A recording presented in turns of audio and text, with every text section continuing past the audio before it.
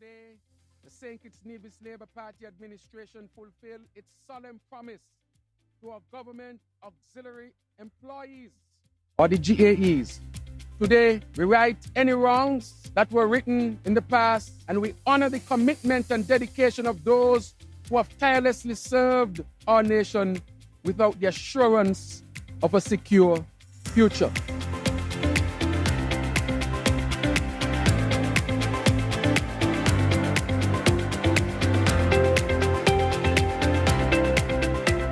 And it was my commitment and our commitment to make sure that this comes to reality. So today, our GAEs are the backbone of our public services. You are our traffic wardens, ensuring the safety of our children on the way to school. You are our environmental workers, keeping our streets, drains, and alleyways clean. You are our messengers, delivering vital documents across our nation securely. You are our drivers, custodians, technicians, and more. In other words, your work is as vital as any other worker in the civil service. 2/3 of what you rightfully deserve was denied. This was not just a financial cut. It was a blow to your dignity and recognition as a worker here in St. Kitts and Nevis. So today, we rectify this travesty. We restore the dignity of our GAEs and honor your hard work and dedication to our nation. The St. Kitts Nevis Labour Party administration has always stood for supporting and empowering the working class. And today, we reaffirm this commitment. And that is why I want to thank the administration of the past for bringing this framework forward. We have established the Government Auxiliary Employees Commission to extend pension coverage to you, the employees, ensuring that your future is more secure. You will be taking home an accumulation of 7 checks today. If a GAE worker unfortunately passes away before reaching age 62 and meets the minimum requirements, their beneficiary will receive 1 year's pension. The decision was not a tough one because we believe that you are as important as anyone.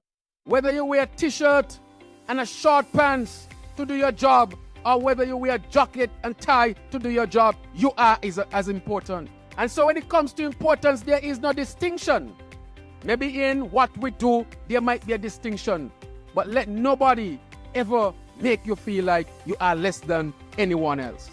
And that is why the decision to put this in place and ensure that you get what is deserving to you was not a difficult one based on the principles on which we based it. Continue to support your country in any way that you can. And leave here today with your heads up and say to the nation, we have contributed and justice has come under Dr. Drew, the Labour administration, on the 25th of July, 2024. May God bless all of you. GAE workers, justice has come and you will receive your well-earned pension. Thank you. May God bless all of you.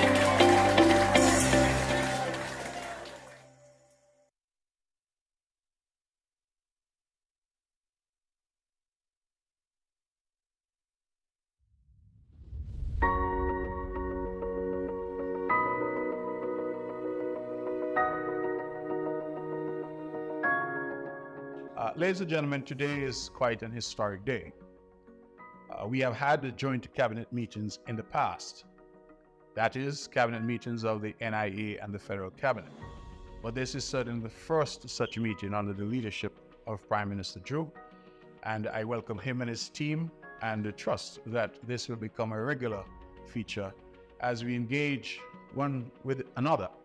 As one of my favorite pastors used to say, as we commix and commingle to try and come to decisions that are favorable for the people of the Federation.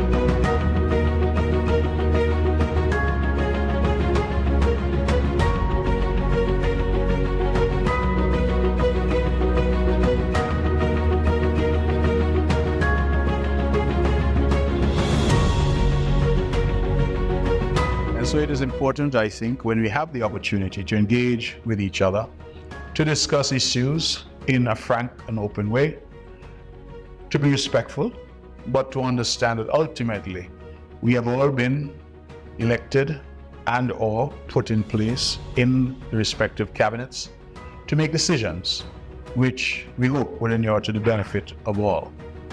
And when I say all, it is important because I know sometimes those of us here on the sister island of Nevis feel that we are left out. And I will say publicly, as I have said before, that certainly since Prime Minister Drew has been at the helm of government in St. Kitts, there has been a tremendous effort made at inclusion.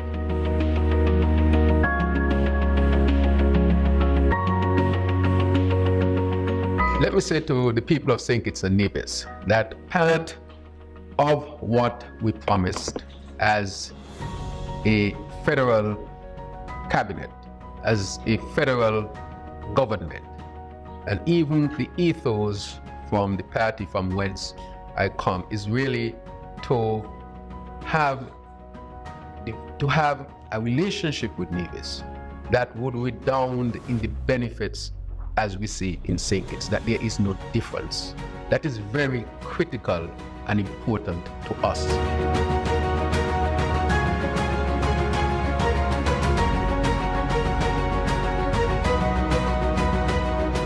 We are here to work together for the benefit of all of our people. I will tell you where I feel and I would put where my heart is personally with respect to St. Kitts and Nevis. I believe that St. Kitts and Nevis is one country. There is no space for either to survive independently, especially when we see regions of the world coming closer and closer and closer together that are much bigger than us. And that is why I believe we need constitutional reform to see where the areas are that we can amend to make sure that we pull the two islands more closely together, to work more tightly together, again, to benefit all of our people of St. Kitts and Nevis. And I finally said to our people, this what we are doing today is not just a media show. This is genuine. We really have been working to reach decisions or to make decisions to benefit both islands, to benefit the Federation. This is just another step along the way of coming closer as a federation.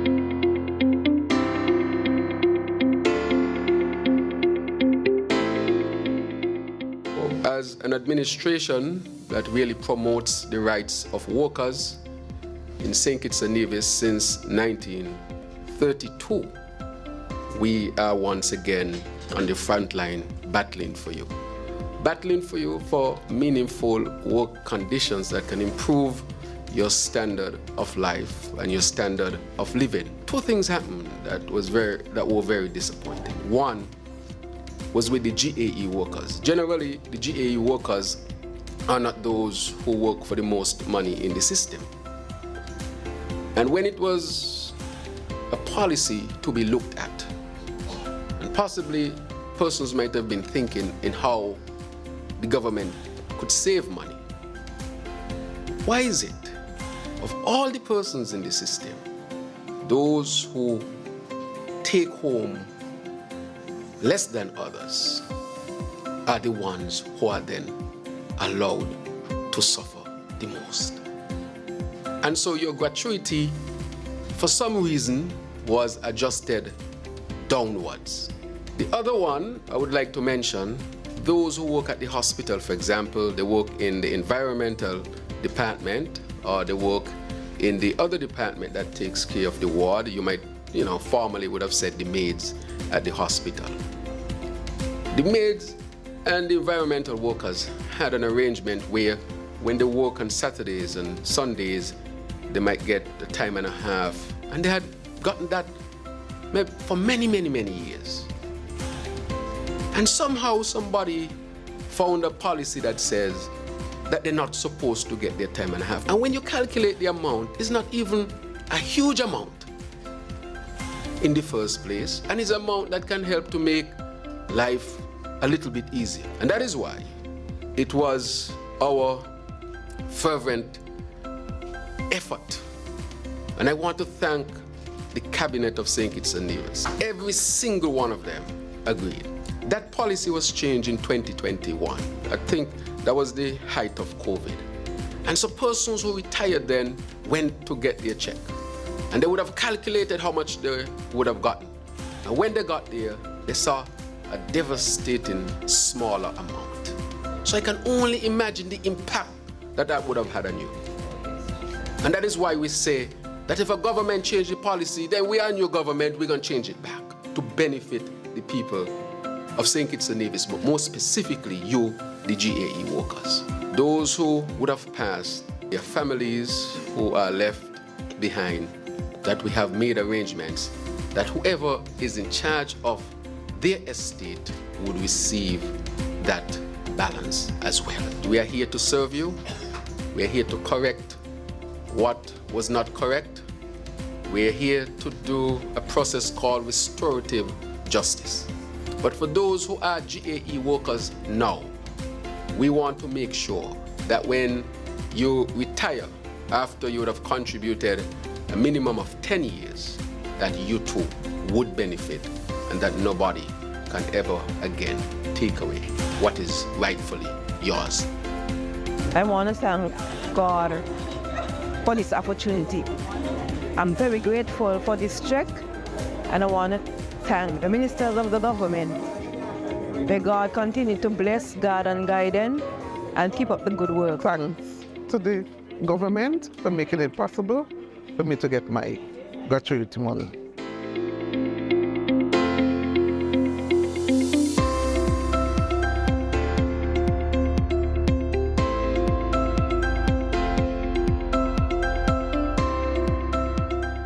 We encourage you to be a part of nation building.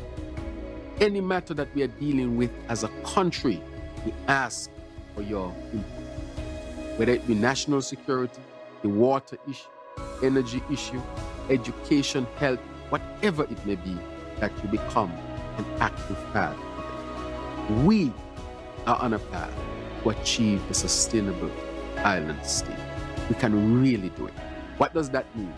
Cheaper energy, lower electricity costs. It means water 24/7. It means a nice hospital with upgraded services.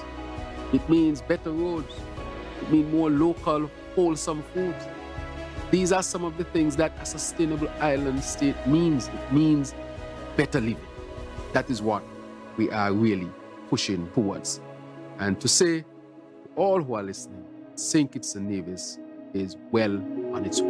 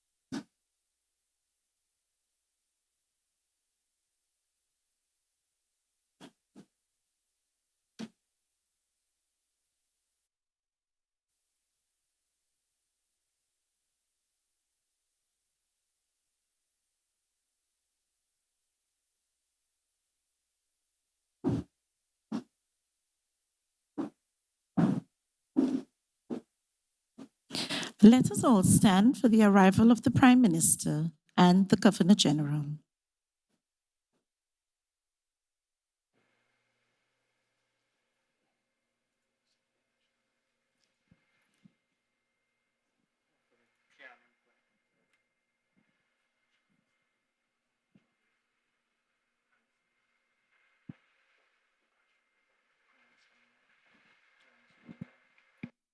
We welcome our Prime Minister, the Honorable Dr. Terence True and Mrs. True.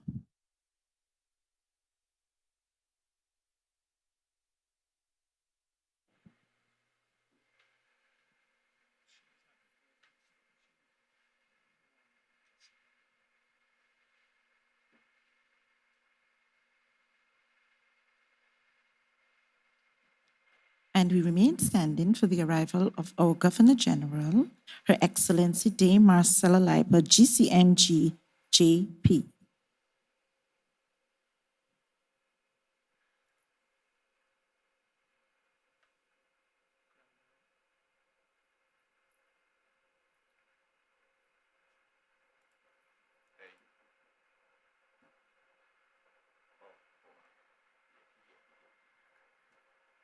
Join me in remaining standing for the singing of the national anthem by a grade 4 student at the Dean Glassford Primary School, Miss Sadoya Pennyfeather, and we shall remain standing thereafter for the prayer by Reverend Renesia Huggins.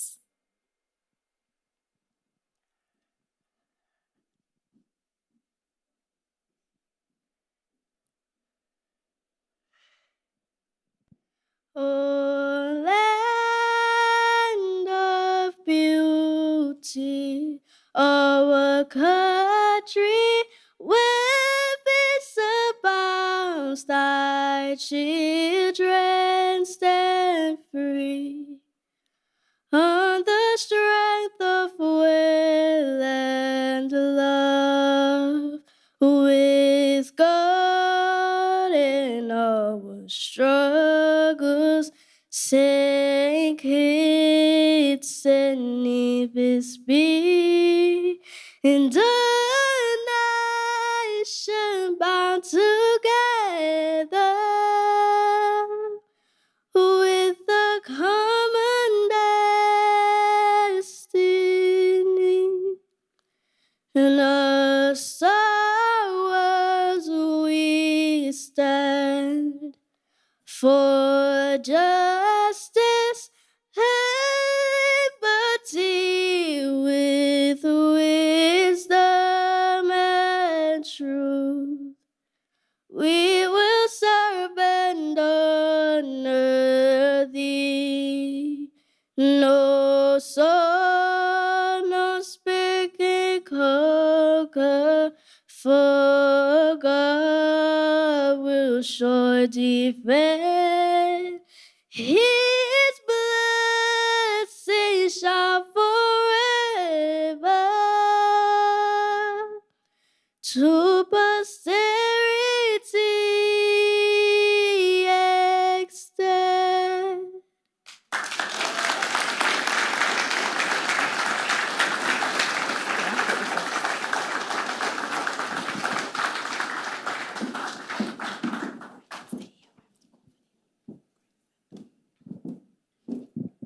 Let's bow our heads for prayer. Our Father and our God, we hallow your name. Father, we thank you for tonight and this evening's proceedings. Father, we thank you for our nation celebrating 41 years of independence.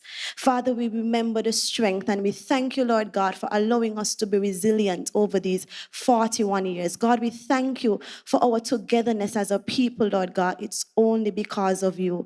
And Father, even now we invite you into this evening's setting and we ask, God, that you would be in the midst. Father, we remember our presenter, Lord God, we ask that as she shares from her education and her own experience, that as she enlightens us as a people, Lord God, her words would not fall on deaf ears, but we would be quick to grasp that which she shares with us, Lord God, and that we would be able to be better as a nation as a result. Father, we pray for everyone who would be taking part in this evening's session.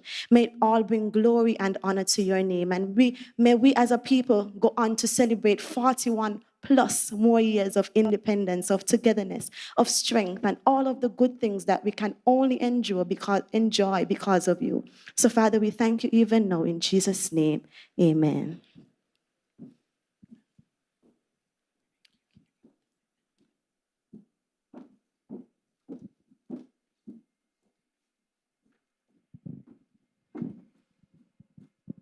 You may be seated.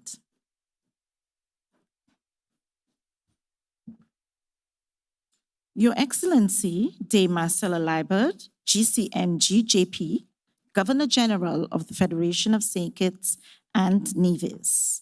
The Honorable Dr. Terence True, Prime Minister of the Federation of St. Kitts and Nevis, and Mrs. True. Your Lordship, the Honorable Justice Patrick Thompson and Mrs. Thompson.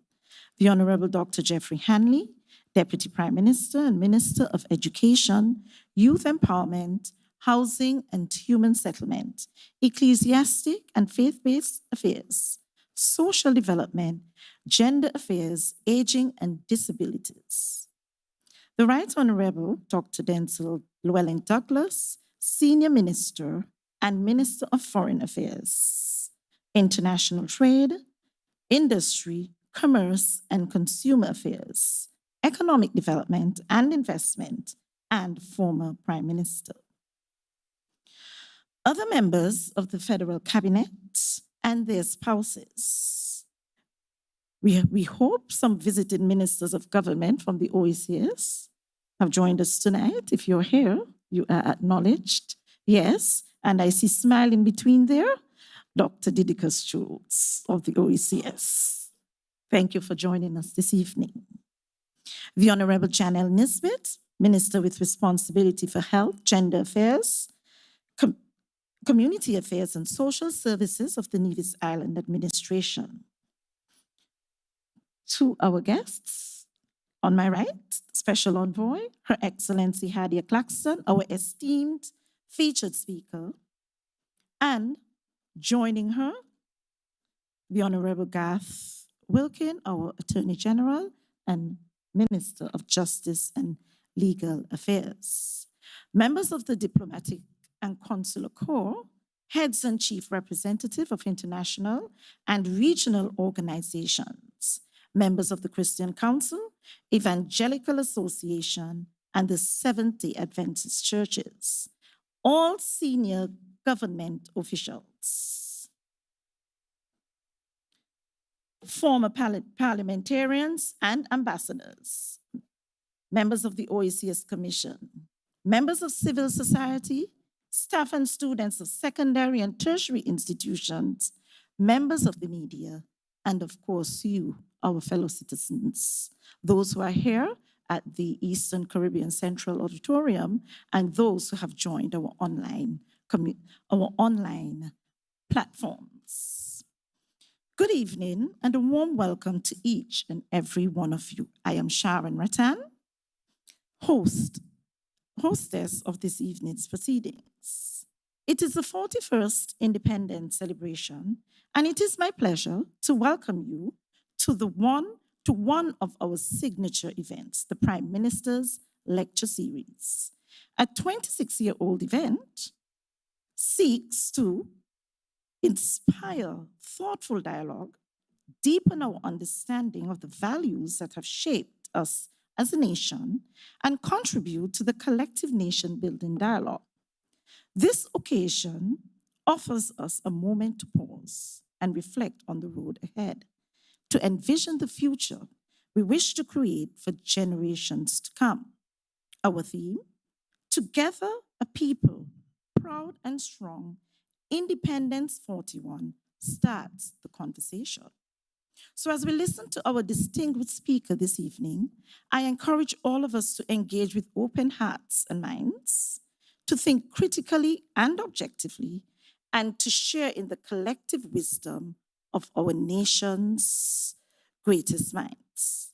Let us embrace the opportunity to celebrate our present and build a sustainable, resilient, and more inclusive future together. Thank you for your presence. And so we begin with the introduction of our featured speaker, And this will be done by Ms. Vincia Alexander. She is the winner of the Independence Theme Competition. Welcome, Ms. Alexander.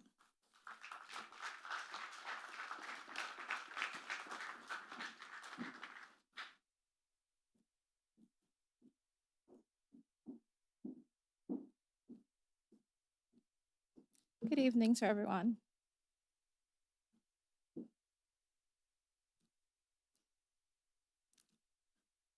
Her Excellency, Dr. Hadiya Claxton wears many hats.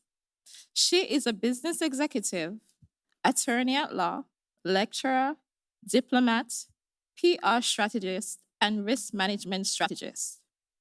The foundation of her success started at the St. Teresa's Convent School, then the George Moody Stewart School, locally known as Factory School. Her secondary education was completed at the Bastia Senior High School, where she graduated in 1994, after which she completed sixth form college before leaving for university. Hadiya earned a Doctor of Law degree from Harvard University and a bachelor's degree from Spelman College. She has received many awards throughout her academic and business careers, and is sought after as a featured speaker at regional and global events. Currently, she is the Chief Legal Officer of McKinney Company, the Tabasco brand. She made history when she accepted this role, as she became the first Black person to hold a position as an officer of the global company, which was founded over 150 years ago. As Chief Legal Officer, she is in charge of developing and leading the company's global legal strategy. She manages a team of in-house counsel and legal staff and coordinates the activities of the legal counsel around the world. She is also instrumental in developing and executing the company's business strategy, licensing strategy, marketing strategy, and public relations strategy worldwide. Hadiya also serves as McKinney Company's head of risk management, where she spearheads the process of identifying and analyzing risk, oversees the implementation of risk solutions, and diversification efforts to help optimize operations. In addition, Her Excellency Claxton is the founder of the Claxton Firm LLC, a legal consulting firm based in Atlanta, Georgia, that has been in operations for over 15 years. She maintains the post of CEO of the firm. In 2022, Hadiya was appointed by the Prime Minister of the Federation of St. Kitts and Nevis as the country's special envoy for investment, development, and international business relations. She advises the Prime Minister specifically and other members of the government in relation to investments and economic development efforts and opportunities in the country. In just 2 short years, she has already spearheaded a number of initiatives that are in line with the government's commitment to sustainable development and economic security. Hadiya's career has spanned over 20 years. She started her career in Atlanta, Georgia office of King & Spalding LLP, a top-tier global law firm with lawyers in offices currently located in over 20 cities around the world. During her years at King & Spalding LLP, she had an extensive career in corporate transactions, commercial real estate development, and other complex commercial real estate transactions. She represented national and international developers, investors, owners, and tenants involved in a wide range of commercial real estate transactions, including, but not limited to, acquisition, construction, development and disposition of hotels, skyscrapers, and high-rise buildings, mixed-use developments, shopping centers, and industrial properties. Over the years, she has also worked in finance, capital markets, mergers and acquisitions, intellectual property, manufacturing, technology, marketing, public relations, and multiple other fields. Her leadership skills, business acumen, and strategic insights have propelled her to various leadership positions over her career. Hadiya previously held the position of General Counsel, leading the legal strategy at Macquarium Inc., an Atlanta-based technology company that designs digital retail customer experiences for Fortune 500 companies. Hadiya is currently a guest lecturer at Northwestern University's Kellogg School of Management, teaching MBA students. Hadiya was previously an adjunct law professor at Atlanta's John Marshall Law School, teaching negotiation skills and theory to students pursuing a Doctor of Law degree. She was also previously a lecturer at Kansas State University's Coles College of Business, where she taught executive MBA students. Ladies and gentlemen, it is my honor and my distinct pleasure to introduce and welcome Her Excellency, Dr. Hadiya Claxton.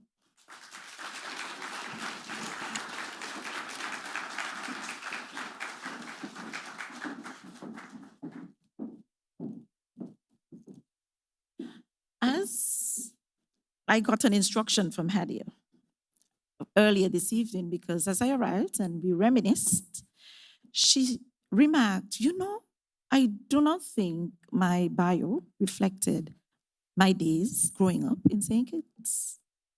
So I'm just adding this bit for you, as she was my former student. She attended this convent school. It was then called the St. Teresa's Convent High School. Then she went on to the George Moody School, then to junior high school, the Bastia Junior High School. In those days, people didn't want to go there, but she went there.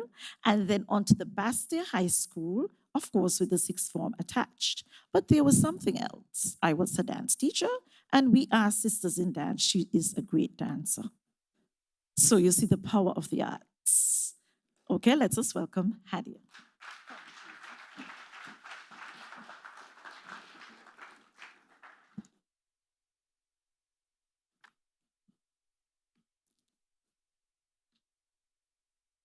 Thank you for that lovely introduction. And happy independence to St. Kitts and Nevis. Let me make sure that all my tech is together. Good.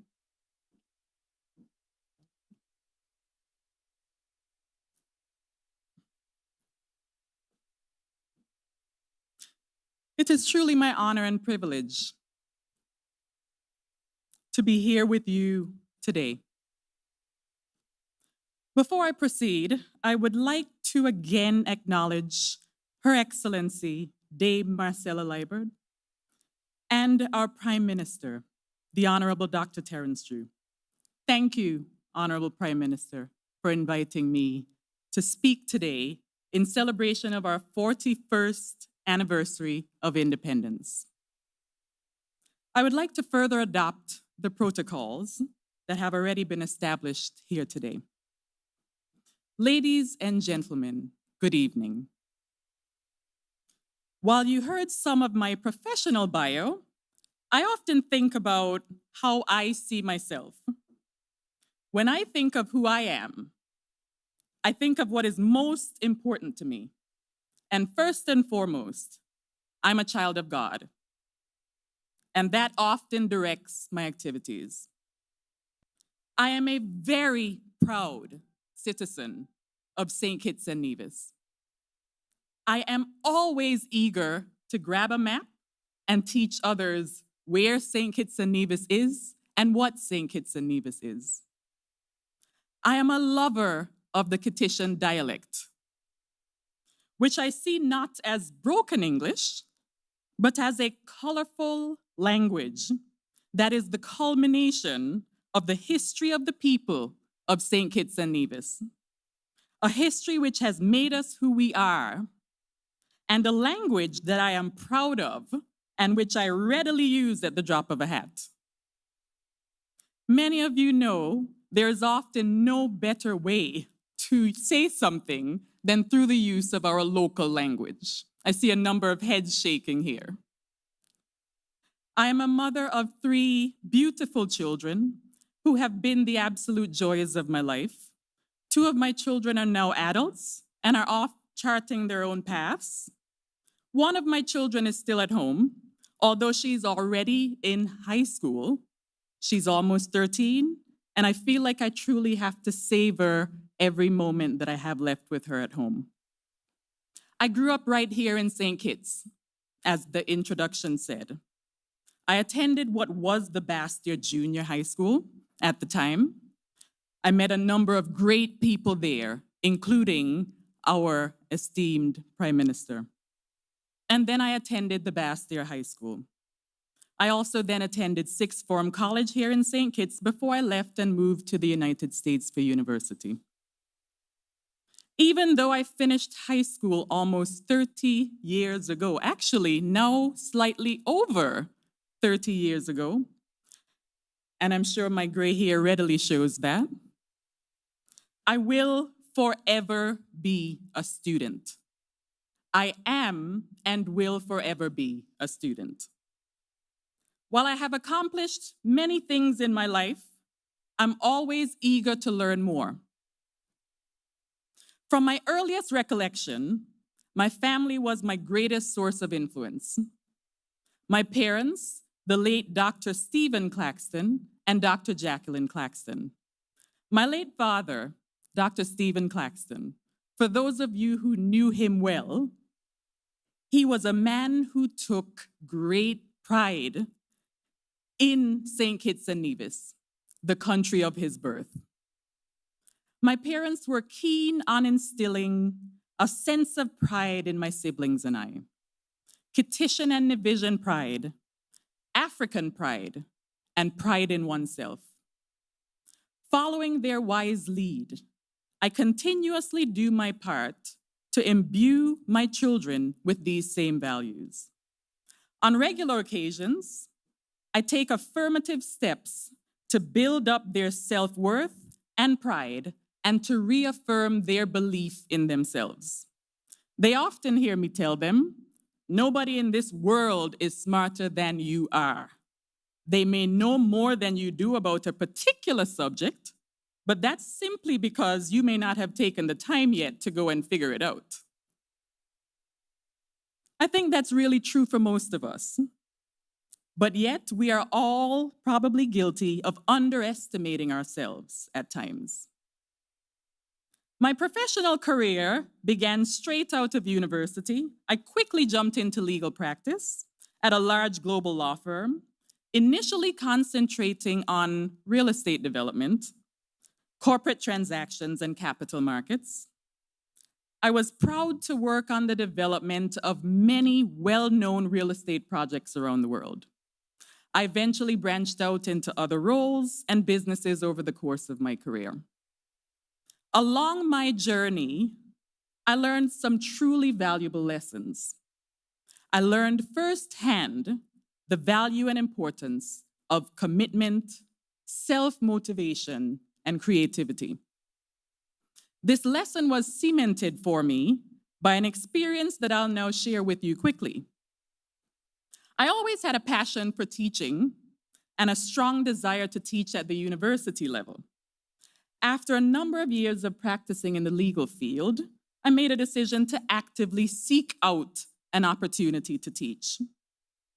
But I wanted to seek out an opportunity where I could teach part-time at the university level, since part-time was all that I had the time for, given my primary profession at the time.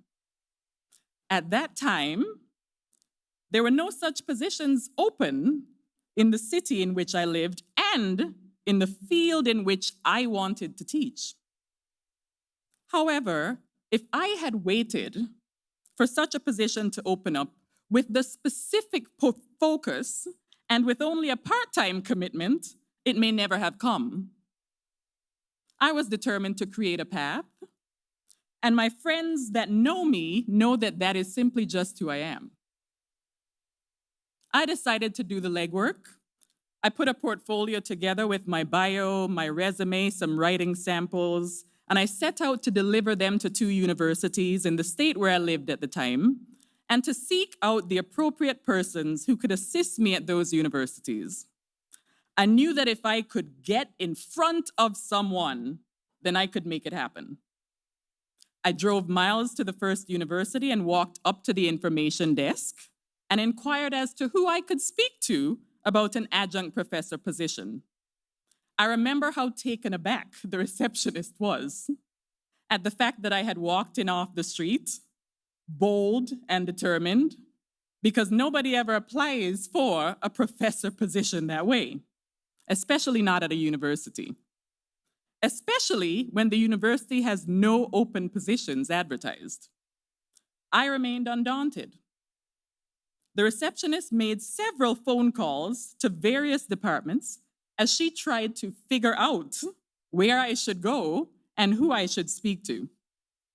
She then directed me to the office of the Dean of Academics. It turned out that the dean was not in his office at the time, but I was able to speak with his assistant. I passionately expressed my interest to her and my desire to speak directly with the dean. I left my portfolio with her before I left, fully intending to drive to the second university. As I drove away, my phone rang. It was the dean. He expressed his pleasant surprise and appreciation for my commitment to seek him out. He was enthused by my passion just based on our phone conversation while I drove. He proposed that we have lunch the following week. Out of that lunch meeting came my first teaching opportunity at a university level. He was so impressed that he allowed me to create the course that I wanted to teach.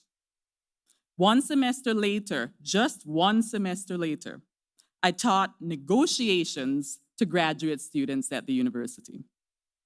To date, that has been one of the most rewarding experiences of my professional career.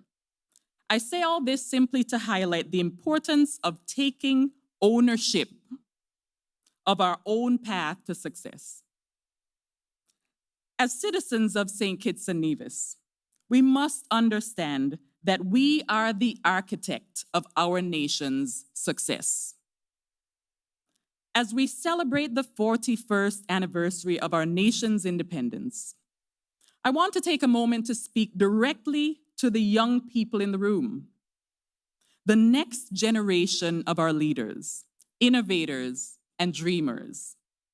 Celebrating this anniversary of our independence is not just about our country's past. It's about its future, and you are the heartbeat of that future. Our theme this year, Together, a People Proud and Strong, speaks to the power of unity, resilience, and pride in who we are. Our ancestors fought for the many freedoms and opportunities that we now enjoy. But independence is not just a date on the calendar. It absolutely is an ongoing journey. It's about taking ownership of our own lives, shaping our futures, and continuing to build a country that reflects our dreams and our ambitions. You are living in a time filled with opportunities, but also challenges. No doubt there will be challenges. The world is changing fast, and it can feel overwhelming at times. But remember that you are not alone.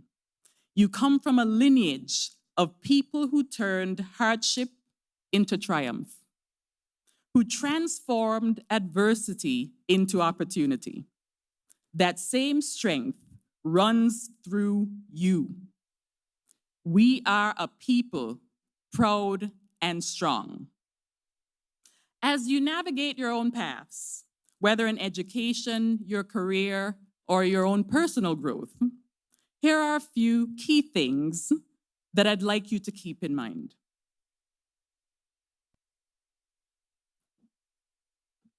Number one, know your worth.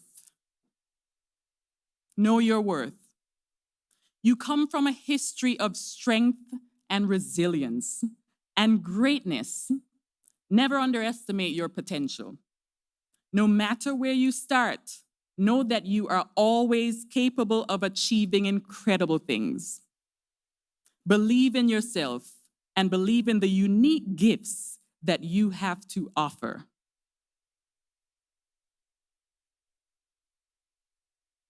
Number two, be bold. Be bold and take risks.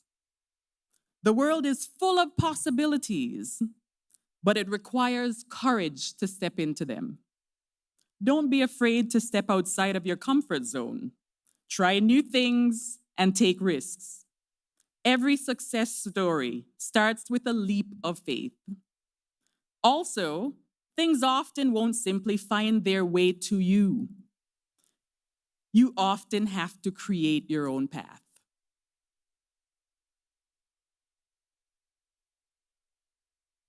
Number three, embrace your passion.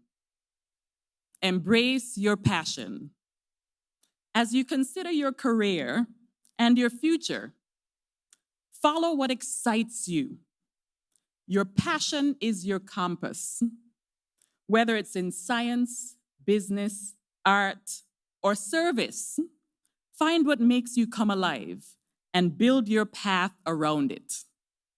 When you love what you do, it makes every day easier. Number four, stay connected to your roots. No matter how far you go, never forget where you come from. Our twin islands, our culture, and our history are your foundation. Stay grounded in the values that have brought you this far.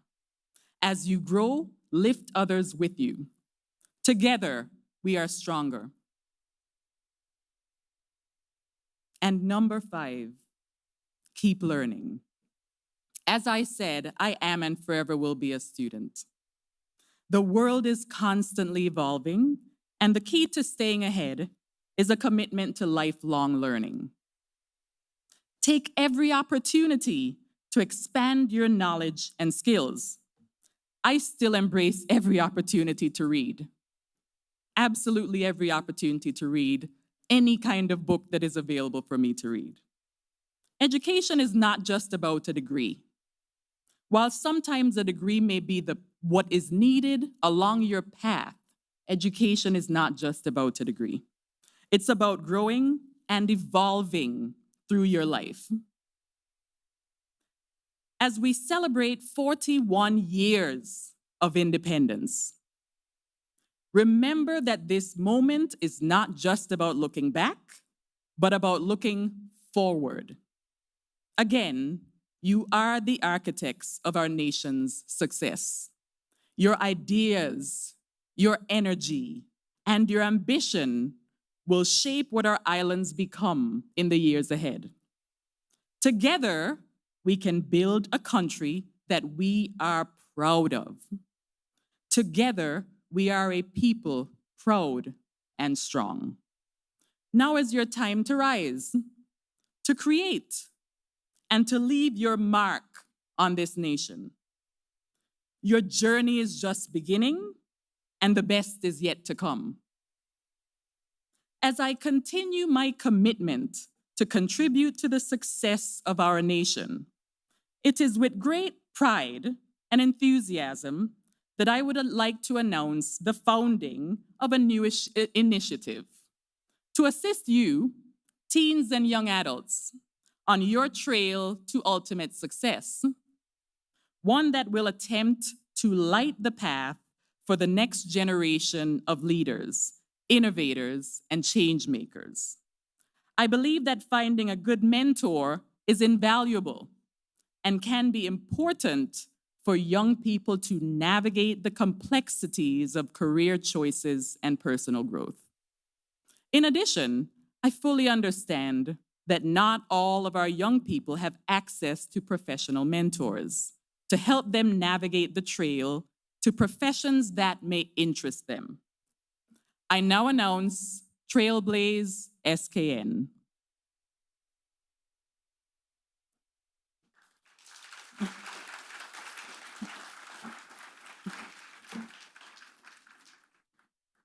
Trailblaze SKN will be a professional mentorship program for teens and young adults.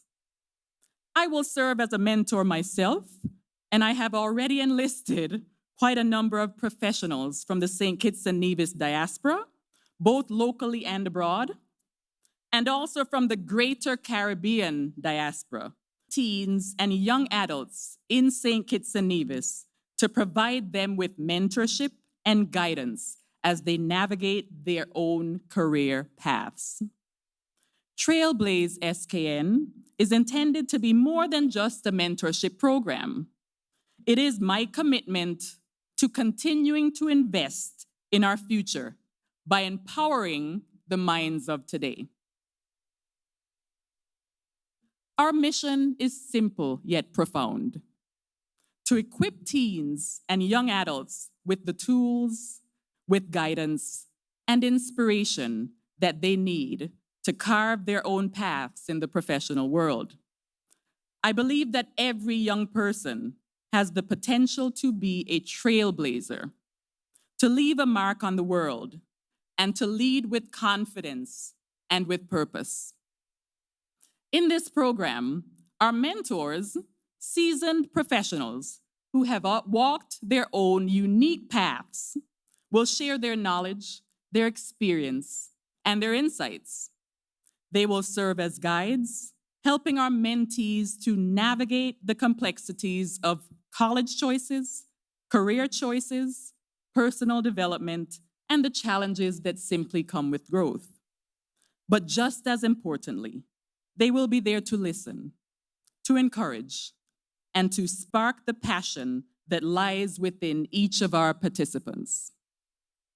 Trailblaze SKN is built on the belief that mentorship is a two-way street. It's about forging relationships that transcend the traditional boundaries of teaching and learning, creating a community where ideas flow freely and dreams can be nurtured. My vision for Trailblaze SKN is bold. We aim to inspire a generation of young professionals who are not just prepared to enter the workforce, but are ready to redefine it. Through mentoring sessions and networking opportunities, we will aim to help our mentees discover their passions, navigate their path to their own careers, hone their skills, and build the confidence to pursue their own ambitions. Today marks the beginning of a journey that will undoubtedly be filled with challenges, with triumphs, and countless moments of growth. But I welcome those challenges, as I always have, knowing that each step we take is a step toward a brighter, more innovative future for St. Kitts and Nevis. I want to extend my deepest gratitude to the mentors who have generously offered their time and wisdom to this cause. I would also like to ask the business community here in St. Kitts and Nevis to reach out to me or to the Ministry of Education if you are interested in becoming a mentor and being matched to a student through the Trailblaze SKN program. You can reach out to us for more information at trailblazeskn@gmail.com. If you don't reach out to me, I likely will be reaching out to you in the very near future. This program has the full support of the Honorable Dr. Jeffrey Hanley, Deputy Prime Minister and Minister of Education. And I will collaborate with Dr. Hanley and with the Ministry of Education to ensure the program's success. I have invested much time and effort so far in making advancements in educational opportunities for citizens and residents of St. Kitts and Nevis. And the Trailblaze program is another step toward further progress. We want mentors in this program to be able to truly invest the time needed to develop lasting relationships with their mentees. We also want to make sure that the mentees who are a part of this program are actually interested themselves and are invested in their own growth. Therefore, we will work with guidance counselors and teachers in all the high schools in St. Kitts and Nevis to suggest driven, self-motivated students who would be well served through participation in a program like Trailblaze SKN. Together, we will create a legacy of excellence, one trailblazer at a time.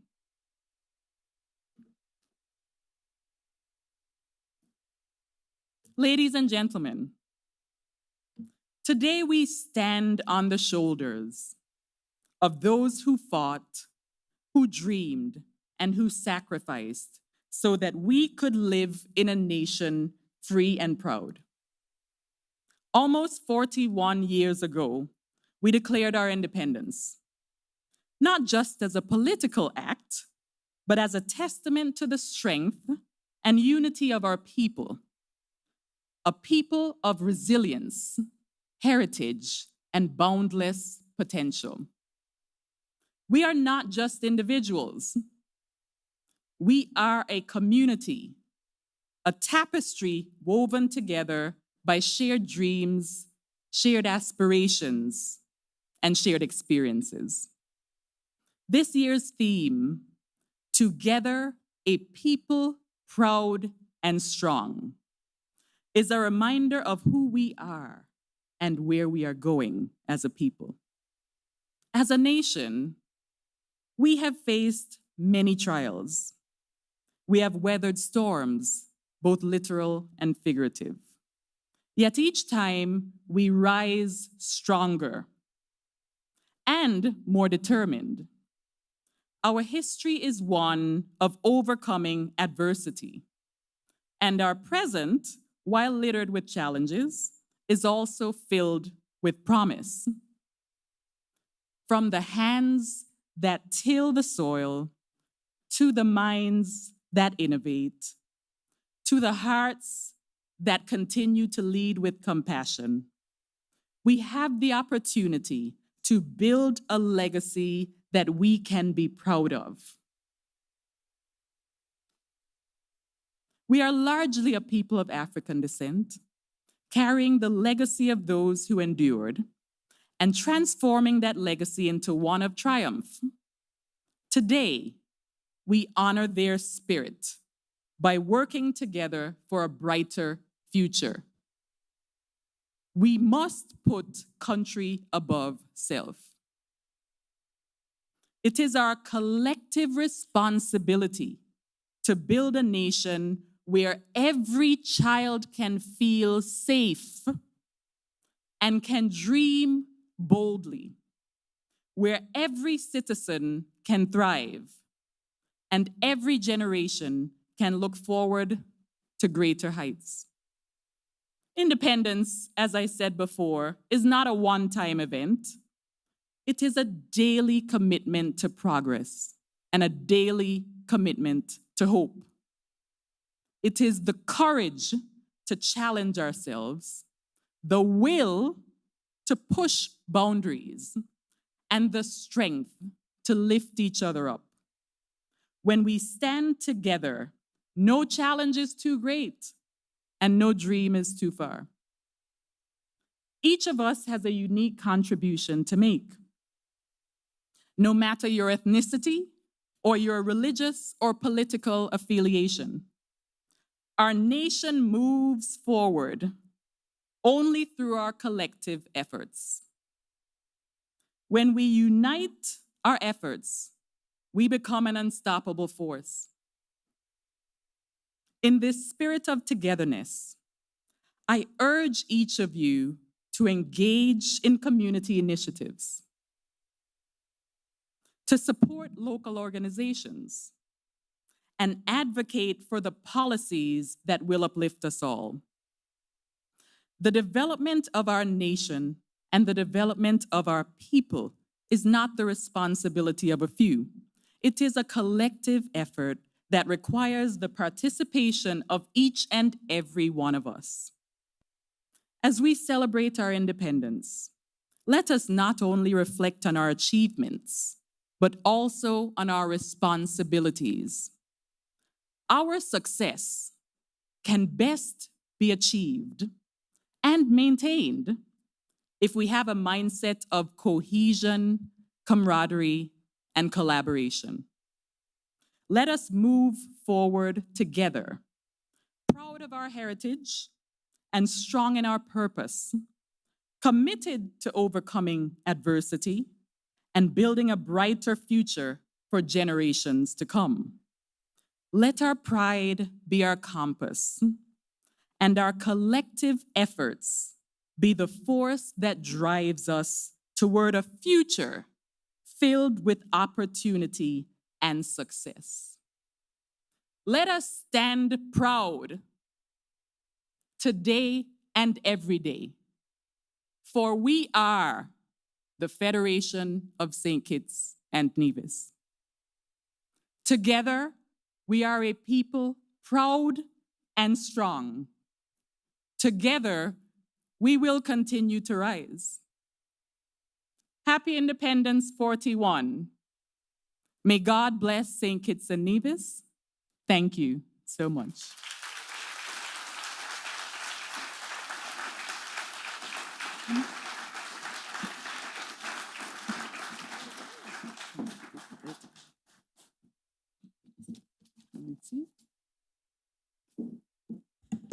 She deserves another round of applause.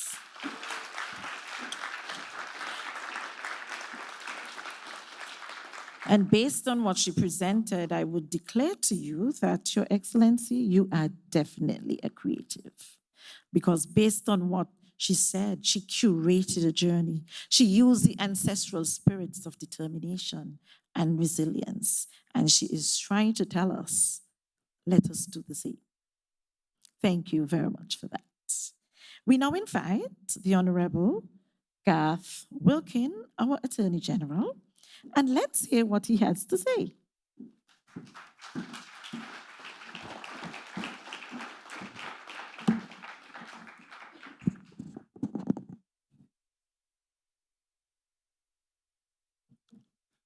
With your leave, Madam Moderator, I wish to adopt protocols so carefully and precisely established.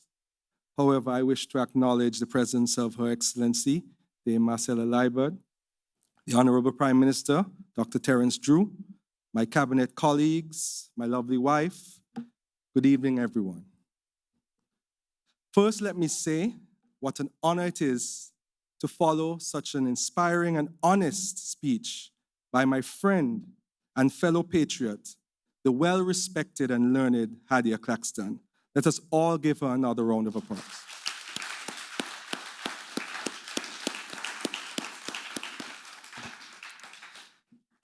After hearing Hadiya speak, and I'll call her Hadiya because I've known her most of my life, and it's hard to say Dr. Claxton or Her Excellency, so I'll say Hadiya.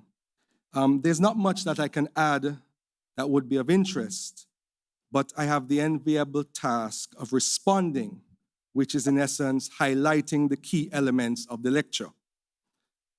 Hadiya spoke beautifully about the essence of our identity, our pride, and our God-given and culturally enhanced togetherness as two islands, one people. This is no surprise, as Hadiya herself is a product of St. Kitts and Nevis, having ancestors from both islands, a DNA reality for many of our citizens, including, I think, most of us in cabinet. Staying connected to our roots is another powerful message. No matter where life takes us, we must never forget where we came from. Our culture, our history, and our community are the foundation upon which we build our lives.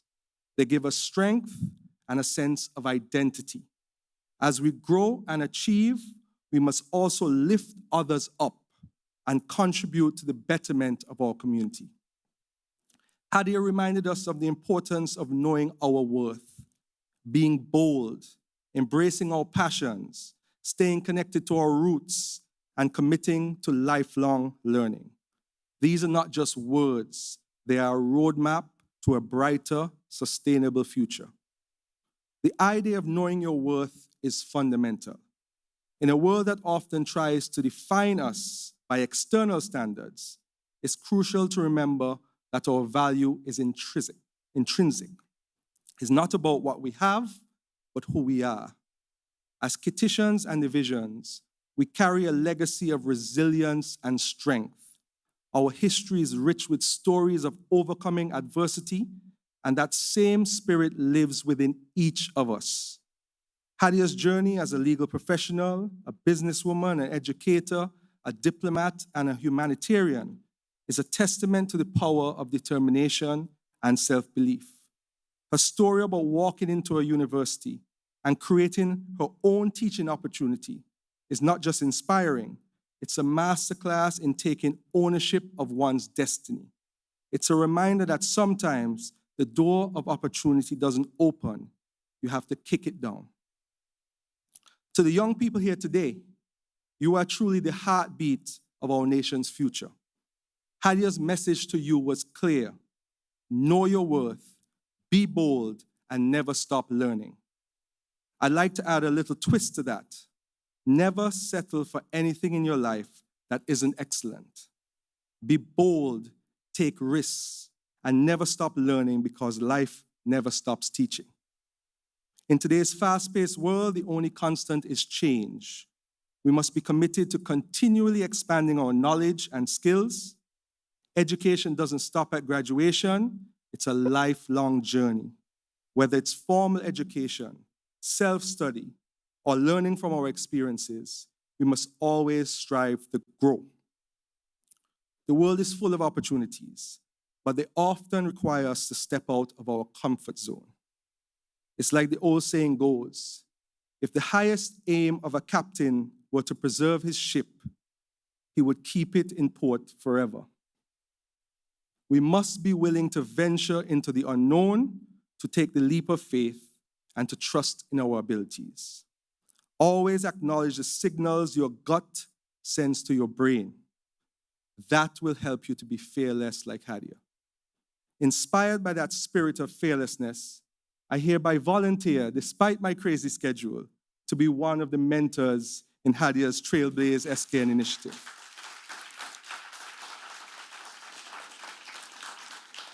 It's a great idea, a mentorship program designed to guide our young people on their path to success. Brilliant and well-suited as a key element in our transformation to a sustainable island state. I can already see the future leaders, innovators, and change makers it will produce, some of them in this very room.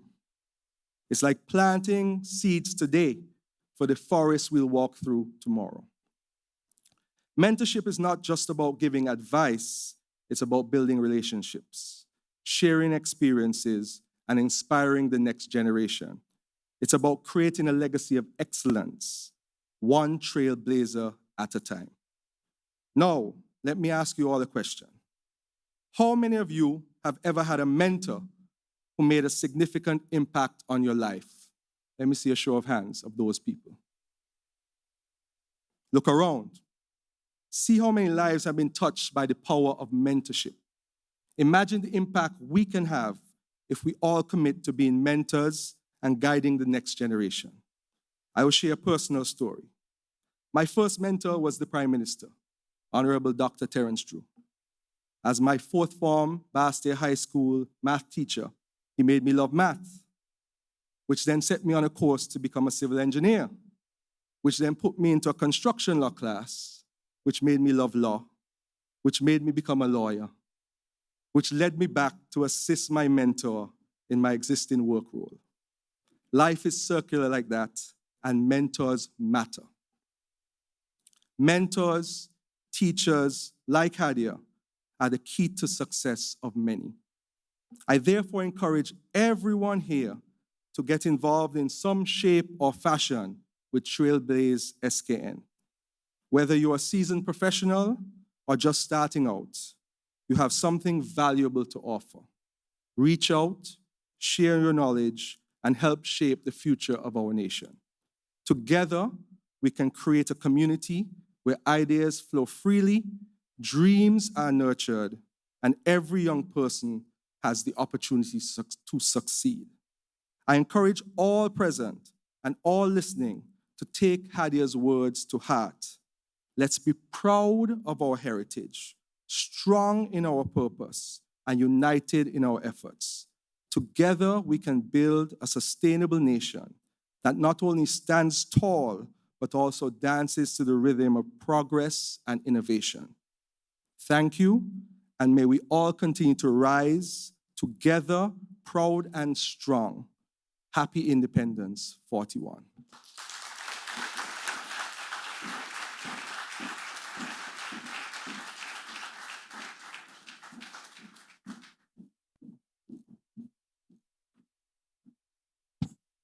And I say, yes, we can. We definitely can. It takes me back when both Her Excellency was speaking and Minister Wilkin was speaking. Our history. That's where my mind went. Our history.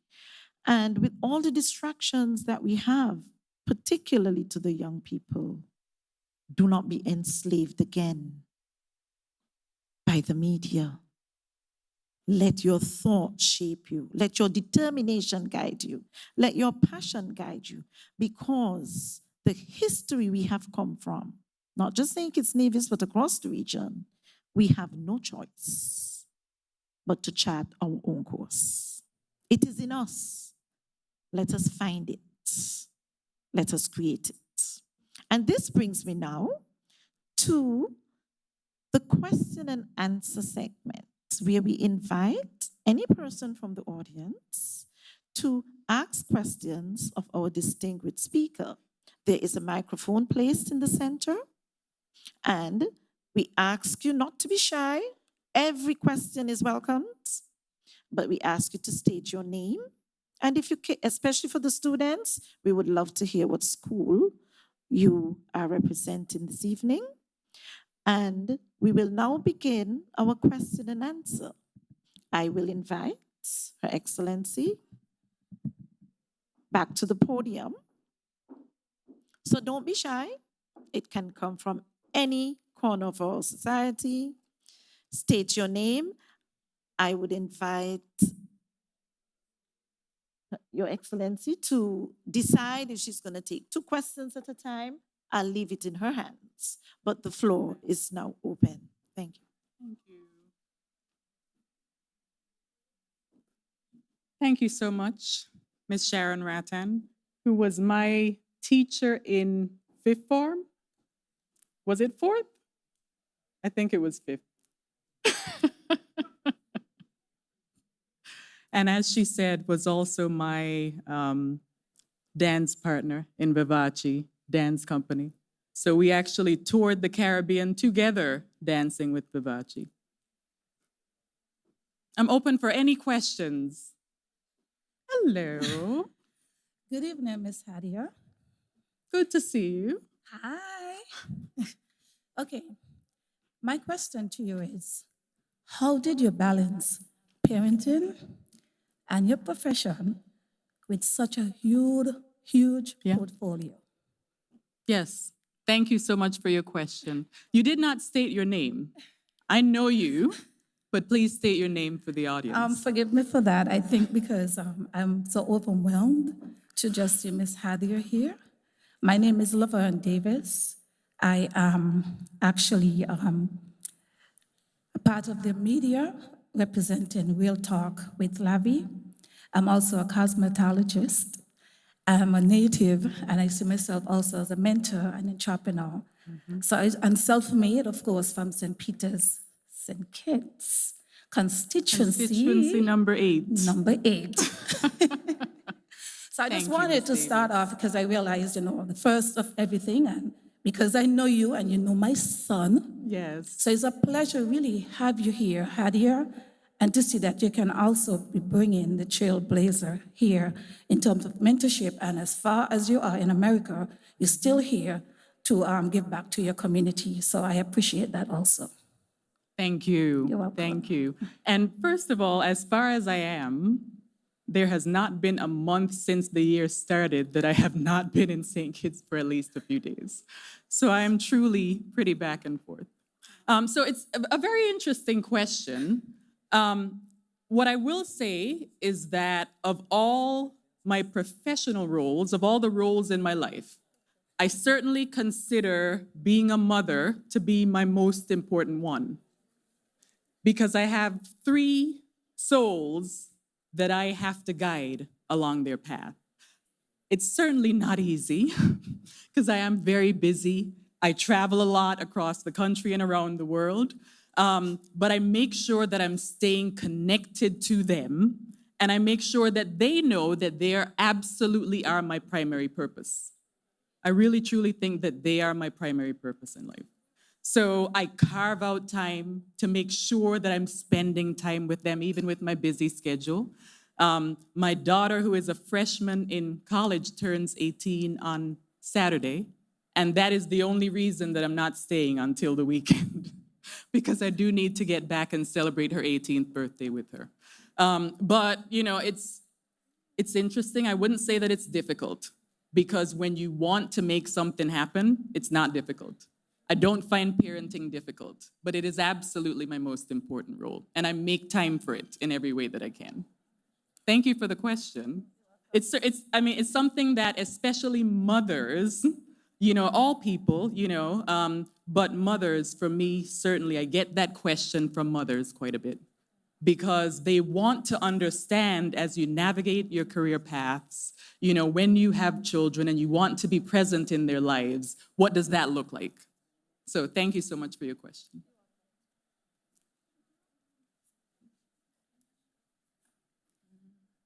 Good night, everyone. Good evening. My name is Kayla Penny, and I am a 17-year-old student at the Clarence Fitzroy Bryant College, and I would like to ask you a question. Sure. So to reiterate what you said in your speech, the key to staying ahead is the commitment to lifelong learning. Now, my question is, how does a benevolent person like you remain committed to lifelong learning while still balancing your tedious work schedule? Oh wait, before I leave, I would like to take the opportunity to be the first young person to be eager to volunteer and be a part of this profound initiative as a mentee. Thank you. Thank you.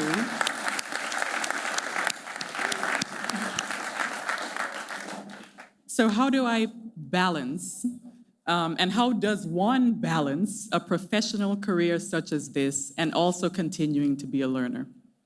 Well, I will tell you, staying involved in teaching has certainly helped, because my students continue to teach me. My business students, even now, they continue to teach me. It keeps me engaged and it keeps me learning, because I have to stay on top of the things that are necessary to engage my students, but I also learn a hell of a lot from them. And I think about, my younger students who have taught me different technology ideas and things that I would not have thought about without having those individuals in my life in a classroom setting. So, of course, there's that. But in addition to that, because, we're not all professors or lecturers in addition to our professions, you make time for what is important to you. So when I hear students tell me, oh, but I don't have additional time to read. Okay, but do you have additional time for a game? Do you have additional time for, some of the other things? Just think of some of the other things that you make time for in your life. So you certainly have the time to read. Even if it's just sitting down at night in your bed with a little light and reading books. For me, I do that on all my flights. I throw 2-3 books into my bag, and I continue reading as I travel. But I think it really comes down to you create the time for what is important to you. Thank you for the question.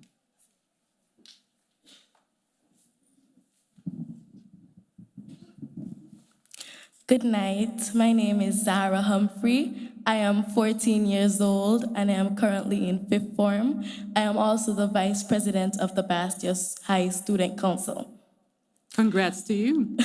Thank you. Tonight, you spoke about taking risks, believing in oneself, and to never turn down opportunities. My question is, what advice would you give to young people who want to achieve a dream or goal but may not have high self-esteem and are often overlooked or maybe financially challenged? And also, while I do commend the Trailblaze SKN mentorship program, I want to know, will it go beyond just talk?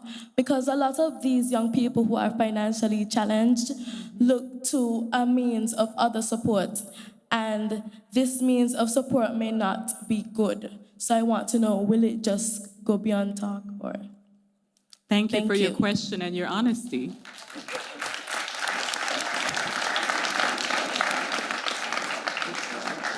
Thank you. Absolutely it will. I can say that clearly. You may not know me, but for those in the audience that know me, once I choose to do something, I make sure to make that happen. Now, of course, there are other initiatives that the Ministry of Education may be moving forward that can help a greater segment of our student body. In terms of this particular program, we certainly cannot help everyone, and because there's a specific focus in terms of career paths and career choices and college choices, we do have to narrow down the pool of mentees, and so we will look for students who are self-motivated and self-directed themselves. So, but from my standpoint, I can tell you, and you can ask anyone in this audience who knows me, that will happen. But I certainly appreciate your honesty. In terms of your second question, would you mind repeating the second question? The first question. Okay. So my first question was, what advice would you give to young people who may not have high self-esteem or may oftentimes be overlooked or may be financially challenged? Sure. So in terms of financial challenges, there are certainly a number of initiatives to help you, the young people, our students, to create your own path to college. So there are a number of initiatives that deal with that. In terms of self-esteem, what I would say to you is build your competence first, because building competence will also build your confidence. If you build your competence and your understanding in terms of, moving forward with the initiatives that will help you learn, then there's no way that you shouldn't be confident if you have the competencies or the skills in your desired career. Now, of course, there are still individuals who may not have that level of confidence. We're all not the same, and that's just a part of being individuals. What I would say is, see if you can find a mentor, and we have to understand personal responsibility. Yes, we have this program that I've now launched, the Trailblaze SKN. Yes, the Ministry of Education may have additional programs, and the government may have additional programs, but it's up to you to seek out mentors in your life, to seek out those people who can assist you on your journey. Thank you so much for your question.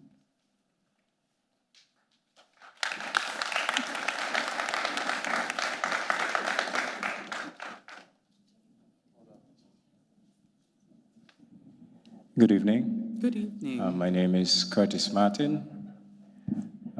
First of all, I want to congratulate you for a wonderful presentation. I actually went to the sixth form with your sister. Yes. Right. And so very good days. My concern is actually the elephant in the room. And the elephant is that for quite some time, we have been speaking about gender balance. And in the beginning, it was really about raising the profile of women and ensuring that women actually get a space and a place, not just in the corporate circle, but in all circles. Well, that has yielded fruits. So now we have a gender imbalance on the other side. Because our men, in my view, in some respects, we are becoming endangered species. And I say that because I work in the human resource profession for a number of years. And if you look at the job applications, for the females, you need files, you need cabinets. For men, Lady Diana is right here next to me. She's also in human resources, so she's shaking her head in concurring. For men, they're hardly applying. And if there's a job, 5 women turn up for the job, 4 of them at least will come out batting hard. If a gentleman turns up half good, he's recognized. We do have a problem. Men are lagging behind.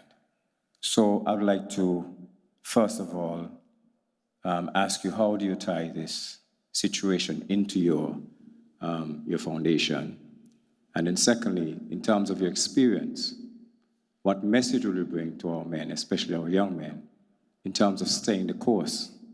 Because these days you have both positive pressure and negative pressure. And in many instances, the negative pressure overpowers the positive. So I'd like to hear from you. Thank you very much. Thank you so much. Thank you for your question. The issue is certainly quite a multifaceted issue, and not something that can easily be resolved. Certainly not something that my words here today will fix. But I do ask for you, Mr. Martin, to give us your ideas. You know, we certainly, as the government and the cabinet ministers here today, have a number of initiatives that we are moving forward, and that I know the Honorable Prime Minister is moving forward in that regard.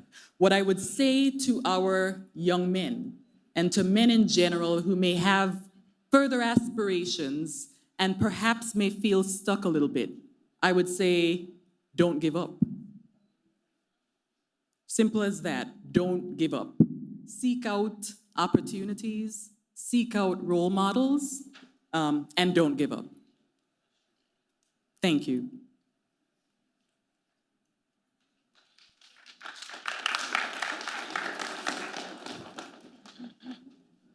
Good night. My name is Shavani Daniel, and I attend the Charlestown Secondary School. Tonight, my question is, reflecting on your journey, who has been the most influential figure or mentor in shaping your aspirations? How did they impact your growth and motivated you to stay committed to reaching your goals? Thank you. Thank you for the question. That's actually the answer is very, very clear to me. If you knew my father, that answer would really, truly be clear to you. You know, he was a man of great pride and someone who you really couldn't live in his house and not move toward your highest potential. In terms of my career in the legal field, what was interesting, my dad always had a story that his father wanted him to be a lawyer. And the day that he got home after graduating medical school, his father said to him, you know, I'm really proud of you, but I really would have preferred that you would have been a lawyer. And that was a story that he told quite a number of times over my life. And I don't know if it had any influence on me, frankly, but it was clear to me from a very young age that I wanted to move toward a career in law. And from that clear understanding, it was clear to me that I had to create a path. So, the path in law was something that I had from my childhood, but beyond that, all the additional things that came of my life and came of my career were things that I envisioned as I continued through my life and charted my path to success. These were the things that I envisioned and made sure that I made those things a reality. Thank you. Thank you so much for your question.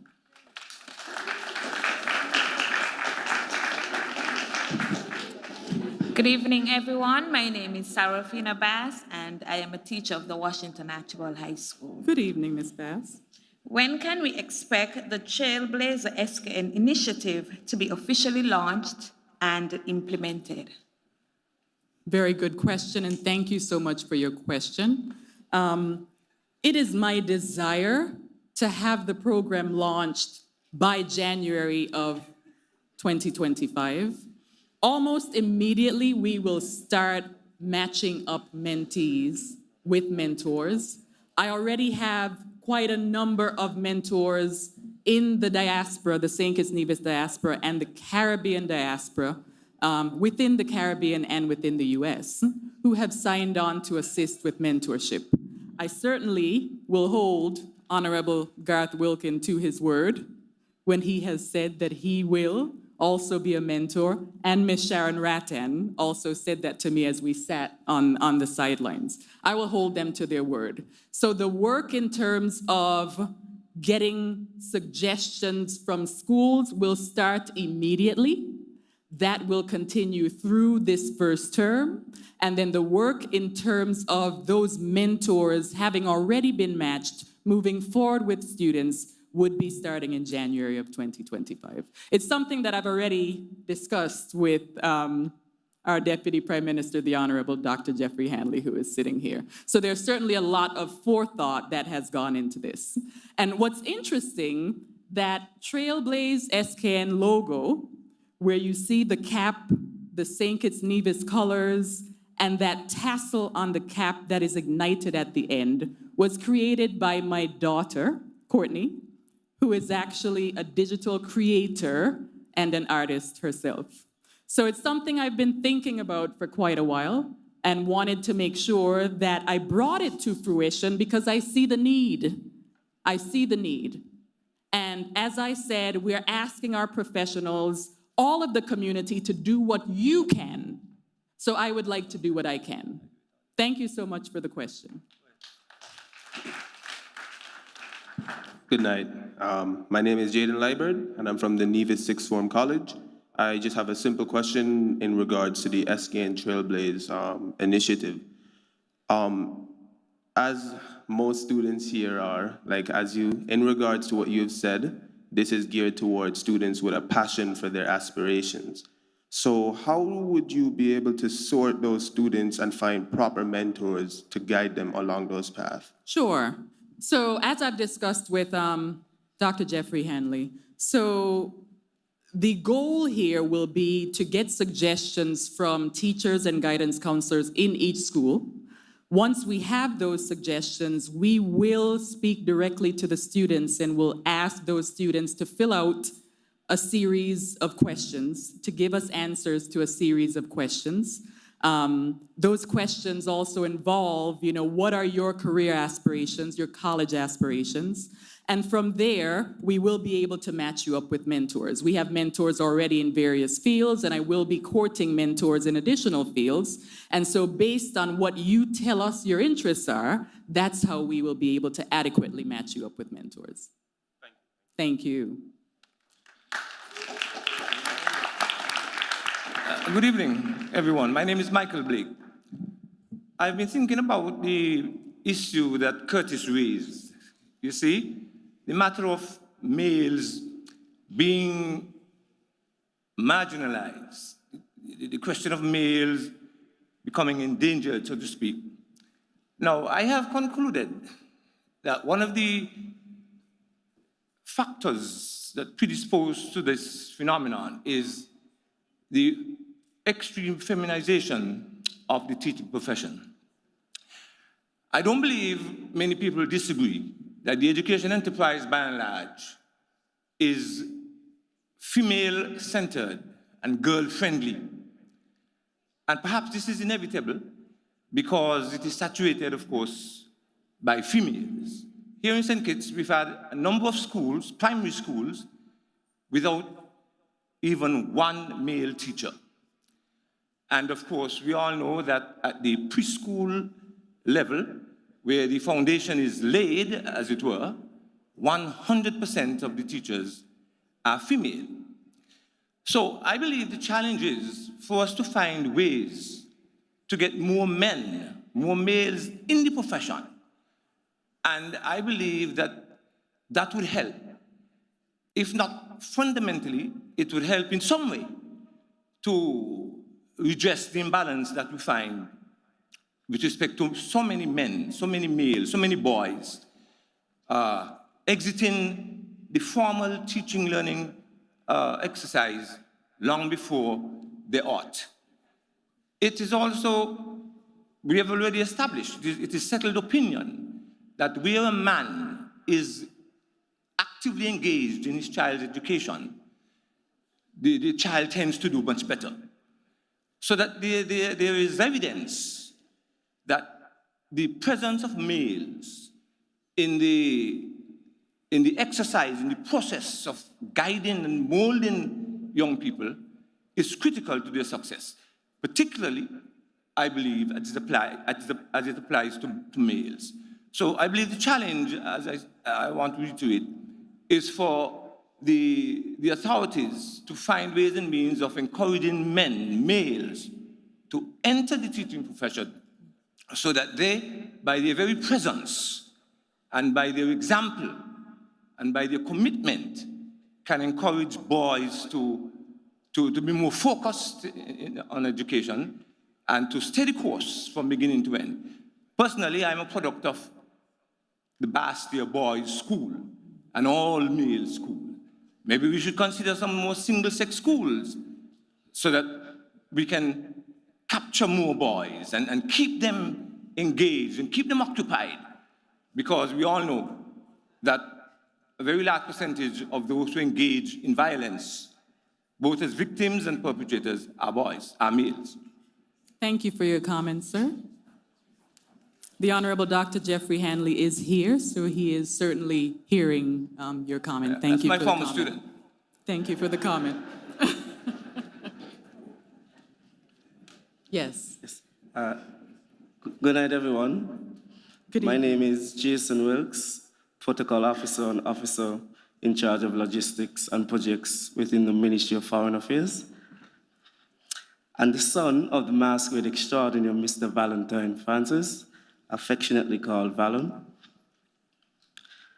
I'm a folklore dancer, and in your speech, you mentioned that we should stay connected to our roots. You also mentioned that you're a child of God.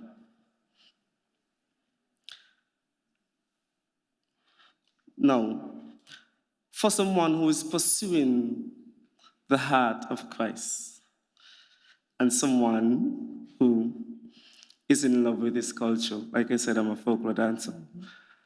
Now, you tend to get backlash, right? What advice or thoughts can you give to me and anyone else in the room who may share the same sentiments? Sure. Yeah? Sure, absolutely. Thank you for your question. What I would say to you undoubtedly is be you. Because no matter what you do, there will be people who have a problem with it. Whether what you're doing is good or bad, there will be someone who will make comments. There will be someone who will take issue. So what I would say to you is be you and never mind the distractions. Thank you for the question.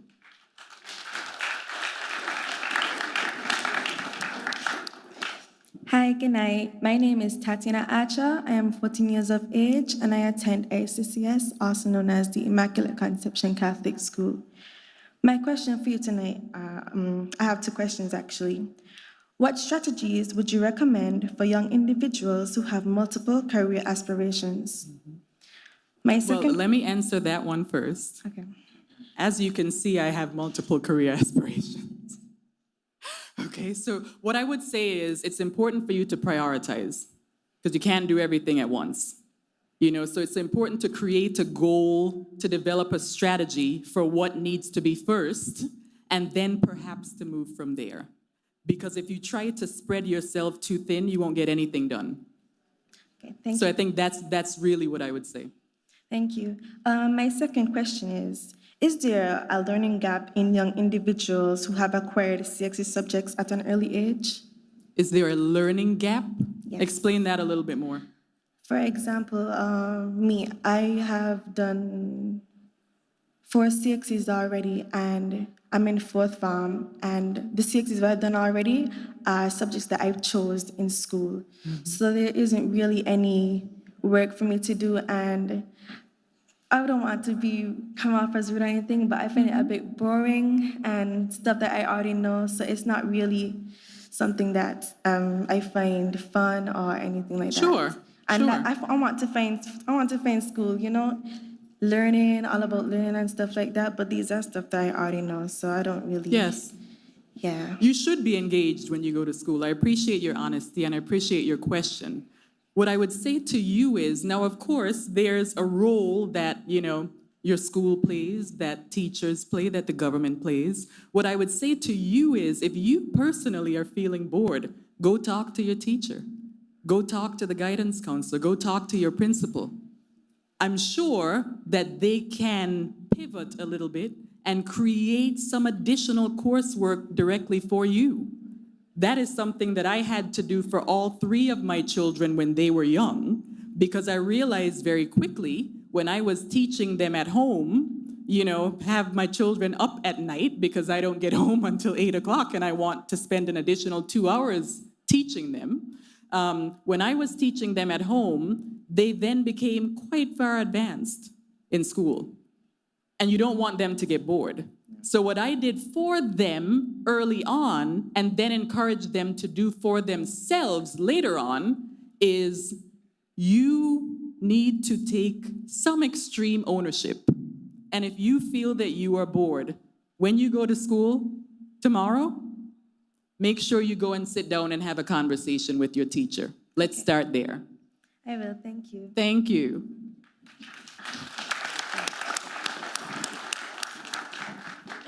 Good night. Good night. My name is Hadiya Claxton, and I am a Form 4 Namesake. student. Thank you. And I am a Form 4 student at the Gingerland Secondary School. I have a 2-part question. The first part is, has there ever been a person or persons in your life who tried to prevent you from achieving your goals or following your dreams? So let me answer that first question. If there were any, I didn't pay them any mind. To be honest, right? So there's always going to be stumbling blocks. You should not allow there to be roadblocks. The stumbling blocks are just what they are and not something that you can do anything about, right? So I don't know that I would say that there was any one person. I certainly have been the first to do many of the things that I have done. And what I've found is just ignore those stumbling blocks, right? The roadblocks should turn into pebbles by the time you have thought through your strategy, you have sat down with yourself, you move forward with your self-determination and self-motivation. There really shouldn't be any true roadblocks in your path. If there are, you find a way to go around. Okay, and my second part, well, you already started to answer it, but I'm going to ask still. What would you say to a young person who has experienced this from an adult? roadblocks from an adult. Are we talking about a teacher adult, or are we talking about a parent adult? A teacher. A teacher. So if the teacher is your teacher, then it would make sense to go and find an adult who you can speak to assist you with that teacher. You know, of course, I know that it can't be easy as a child when you feel like there is a roadblock, when you feel like a teacher is not doing all that they can to move you forward. Go find an adult, go find a trusted adult, and let's start there. Okay, thank you. Thank you. Thank you for the question. Good evening, Excellency Claxton. How are you? Good evening. My name is Rustam Southwell. I'm currently the Chancellor of a little university in Nova Scotia, Dalhousie University, the first Black Chancellor, in fact.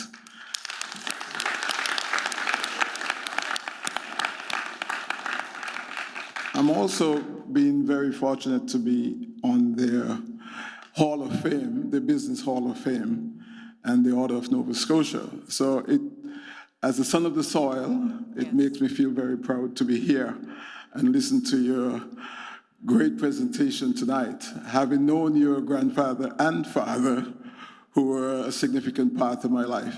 And I just can't help, I had to get up because when Garth was speaking and mentioned the Prime Minister as a mentor, and you and Sharon, it tells me that the Trailblazer SKN is a major impact and would have significant impact in the youth of St. Kitts and Nevis. So having said that, even though I have a busy schedule, I'm offering whatever tools or whatever area. Thank you so very much. Thank you. To become part of this movement. We've done significant work in those strategy, and I'm happy to do whatever I can to be part of it. And if you need me. Absolutely, we need you. And I'll be here. I can already give you that. We need you. So thank you very so much for your commitment. Thank you. Thank you so much for your comment. Thank you. Good night. My name is Akilan Siadua, and I am the PRO under CHS Student Council. And my question tonight is regarding the Trailblaze SKN initiative. My question is, how do you plan to match mentors with mentees, and what other qualities are you looking for in mentees? Sure. So as I stated a little bit before, we'll have to get students who are suggested to us to fill out a questionnaire where we can get a better understanding of their own thoughts, an understanding of where they want to go, of where they are now, what their thoughts are for a career path. We have, for the mentors who have already signed on, I've already done that first step with them. So that way I know, what their professional path has been, and I have an understanding of what they are looking to provide to those students. So once we get the information from students, once we have an understanding of who those students are, then we will match up students with mentors. Okay, so that way it'll be an appropriate match as much as we can. Okay, thank you. Thank you.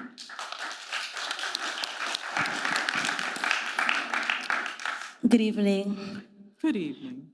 I'm a pastor, I'm a teacher, so I'm really enjoying the conversation. And one of the thoughts I have, and I'm asking you this question, as you would have shared your presentation and as you have been answering the questions asked by the high school students in particular, and some of the other adults, one of the things you have been emphasizing about the Trailblaze SKN initiative is that you're looking for students who are self-motivated, those who know what they want in life. And I appreciate that. One of the things I am considering, though, especially as we celebrate a people proud and strong, we understand that there is a segment or a sector of our society that we may not necessarily be so proud and strong about. And I believe that is largely accounted for by criminal activity and all these things. And I believe, maybe not entirely, but significantly, part of that is those persons who may not be necessarily self-motivated and self-driven. And so what we see taking place, especially as I said, I'm a teacher, and so being in the school, we see these people, they may be hanging out by themselves or have a group of persons that may not necessarily be motivated to go to school, motivated to go to class, so they're on the block liming and all of those kind of things. And we know that this behavior translates into their adult years. As you consider Trailblaze SKN, are we saying that we are continuing to produce people who may not necessarily be so proud and strong about, or can we make some sort of consideration for these people who may not necessarily be self-motivated and self-driven about positivity, but maybe on the other end of the spectrum? Thank you. Sure, thank you for your question. So we're certainly not saying that we are forgetting anyone. Our intention is to reach everyone, but perhaps not through this particular program. There are a number of other initiatives that are being discussed, initiatives that are underway, some that have already been launched, and others that are yet to be launched. And those initiatives may be geared more toward the segment that you're speaking of. Thank you so much for your question.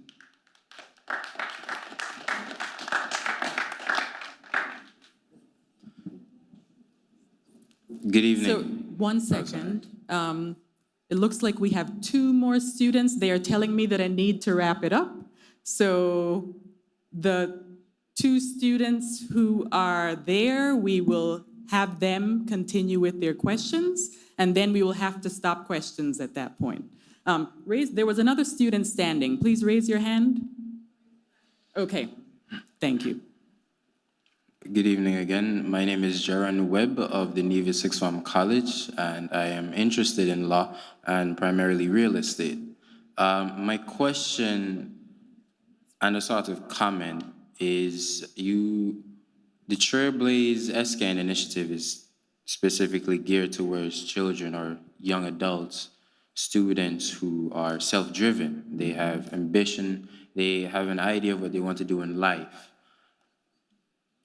Perhaps they already know what profession they want to go in or what particular areas they want to go in. And this is a kind of 2-part question, which possibly the answer to the first question might give me an answer to the second question. Would it be just tailored to people who know almost exactly what they want to do? Okay. No. Okay, and so